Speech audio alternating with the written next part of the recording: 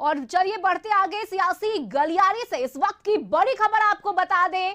RCP Singh BJP में शामिल होंगे। दिल्ली बीजेपी कार्यालय में आरसीपी सिंह पार्टी की सदस्यता लेंगे। जेडीयू के पूर्व राष्ट्रीय अध्यक्ष है आरसीपी सिंह।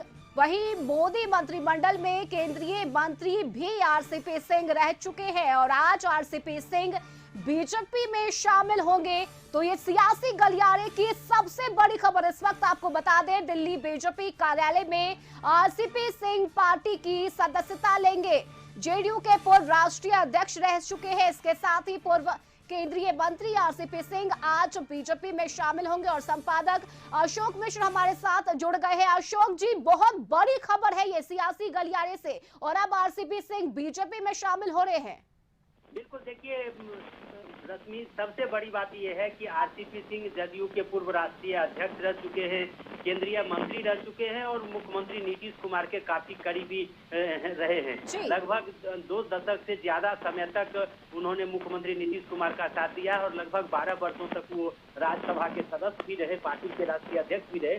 लेकिन वो जिस तरह से आरसीपी सिंह की विदाई हुई थी जदयू से, उसी समय से ये कयास लगाए जा रहे थे कि देर सवेर आरसीपी बीजेपी में शामिल होंगे ही, और बीजेपी ने भी यह रणनीति बनाई थी। और अब जो समय आ गया है, जो जानकारी मिल रही है उसके मुताबिक आरसीपी सिंह आज बीजेपी में शामिल होंगे।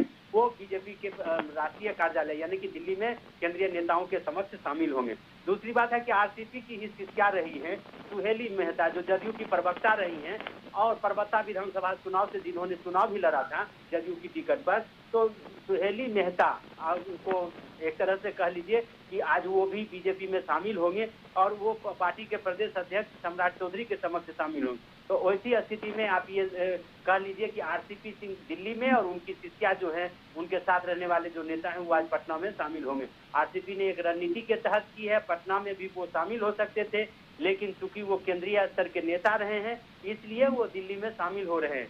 सुहेली मेहता बिहार की प्रवक्ता रही हैं, उम्मीदवार रही हैं, तो वो बिहार में सम्राट चौधरी के समक्ष जदयू में शामिल होंगी। दूसरी बात है कि सुहेली मेहता भी कुशवाहा जाति से आती है, तो ऐसी परिस्थिति में आरसीपी सिंह कुर्मी जाति से आते हैं जो नीतीश कुमार की जाति है, और सुहेली मेहता कुशवाहा से आती है। ये मंत्री भूमि सुधार राजस्व मंत्री आलोक मेहता की बहन भी हैं।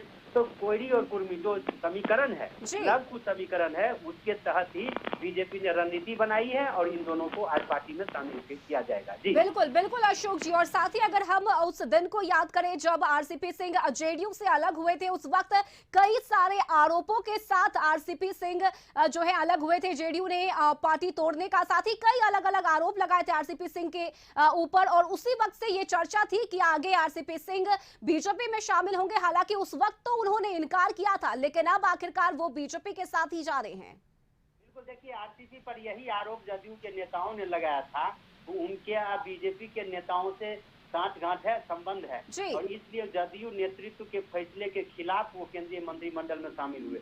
यानी नीतीश कुमार के बगैर मर्जी के वो केंद्रीय मंत्रिमंडल में शामिल हुए थे, और लगातार जिन मुद्दों पर जदयू का स्टैंड बीजेपी से अलग था, उस मुद्दों पर भी आरसीपी ने बीजेपी का पक्ष लिया था या बीजेपी के प्रति नरमी दिखाई थी।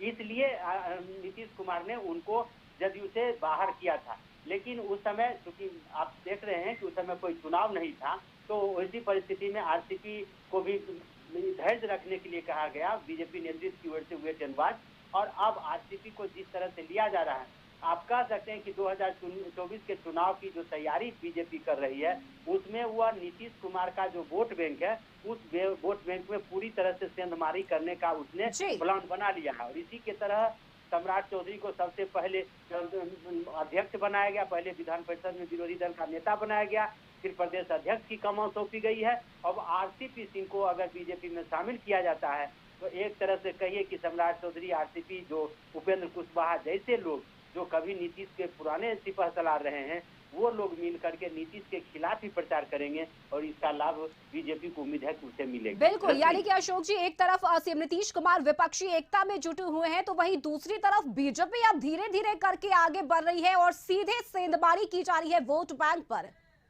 बिल्कुल, देखिए बीजेपी का लक्ष्य है नीतीश कुमार को कमजोर करना, क्योंकि बीजेपी मान रही है कि अगर 2024 के लोकसभा चुनाव में नीतीश अगर नरेंद्र मोदी के सामने अगर खड़े होते हैं, तो हार जीत अपनी जगह पर, लेकिन एक माहौल तो बनेगा कि नरेंद्र मोदी के खिलाफ में एक बड़े नेता आए हैं सामने में। इसलिए बीजेपी का पहला और अंतिम लक्ष्य है कि किसी भी कीमत पर नीतीश कुमार के वोट बैंक को कमजोर करना, और उसी रणनीति के तहत अब बीजेपी अब जा रही है। और बीजेपी अब किसी भी कीमत पर विलंब करने के मूड में नहीं है। यही वजह है कि आरसीपी और उनके समर्थकों को बीजेपी में शामिल कराया जा रहा है। रश्मि, बिल्कुल, और इसका सीधा सीधा फायदा 2024 में अब बीजेपी को मिलेगा अशोक जी। और ये एक तैयारी है बीजेपी की, क्योंकि एक तरफ भले ही सीएम नीतीश कुमार विपक्षी एकता को मजबूत करने में जुटे हुए हो, लेकिन बीजेपी भी अब आगे बढ़ रही है अपनी रणनीति के तहत। बिल्कुल, देखिए वोट में से अनमारी है, और भले ही अब आगे चुनाव में आरसीपी के आने से कितना प्रभाव पड़ेगा ये नहीं कहा जा सकता, लेकिन आरसीपी नीतीश कुमार के साथ रहे हैं। नीतीश कुमार की जो रणनीति रही है उसको उन्होंने लंबे अरसे तक देखा है।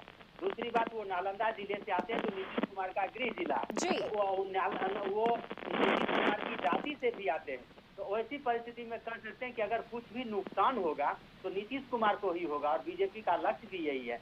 हालांकि आरसीपी कितना नुकसान पहुंचा पाते हैं बीजेपी जदयू को, ये तो आने वाला वक्त बताएगा, लेकिन इतना जरूर कह सकते हैं कि आरसीपी की बीजेपी में एंट्री से साफ है कि बीजेपी ने लक्ष्य बनाया है कि किसी भी कीमत पर 2024 में नीतीश को मात देना है।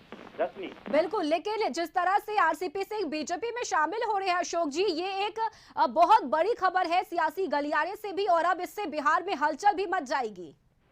देखिए, जब पार्टी में वो शामिल होंगे तो बीजेपी के लिए काम करेंगे, और आरसीपी के जो वैसे समर्थक अभी तक वापसों की स्थिति में थे, तो वो अब फिर आरसीपी से जुड़ेंगे। क्योंकि जदयू में तो जिनको संभावना नहीं दिखेगी, जिनको लगेगा कि राजनीतिक भविष्य हमारा यहाँ इसमें सुरक्षित नहीं है, या उनको लगेगा कि आगामी चुनाव में उन्हें टिकट नहीं मिलेगा या उनको तवज्जो नहीं मिलेगी, वैसे लोग अब आरसीपी के साथ फिर से जुड़ेंगे, और निश्चित रूप से इसका लाभ बीजेपी को मिलेगा और आरसीपी को भी। जी बिल्कुल, बहुत शुक्रिया आपका अशोक जी तमाम जानकारी के लिए। तो बड़ी खबर आपको बता दें, जहां पूर्व केंद्रीय मंत्री आरसीपी सिंह बीजेपी में शामिल होंगे, तो सियासी गलियारे से बड़ी खबर, जहां आज दिल्ली बीजेपी कार्यालय में आरसीपी सिंह पार्टी की सदस्यता लेंगे।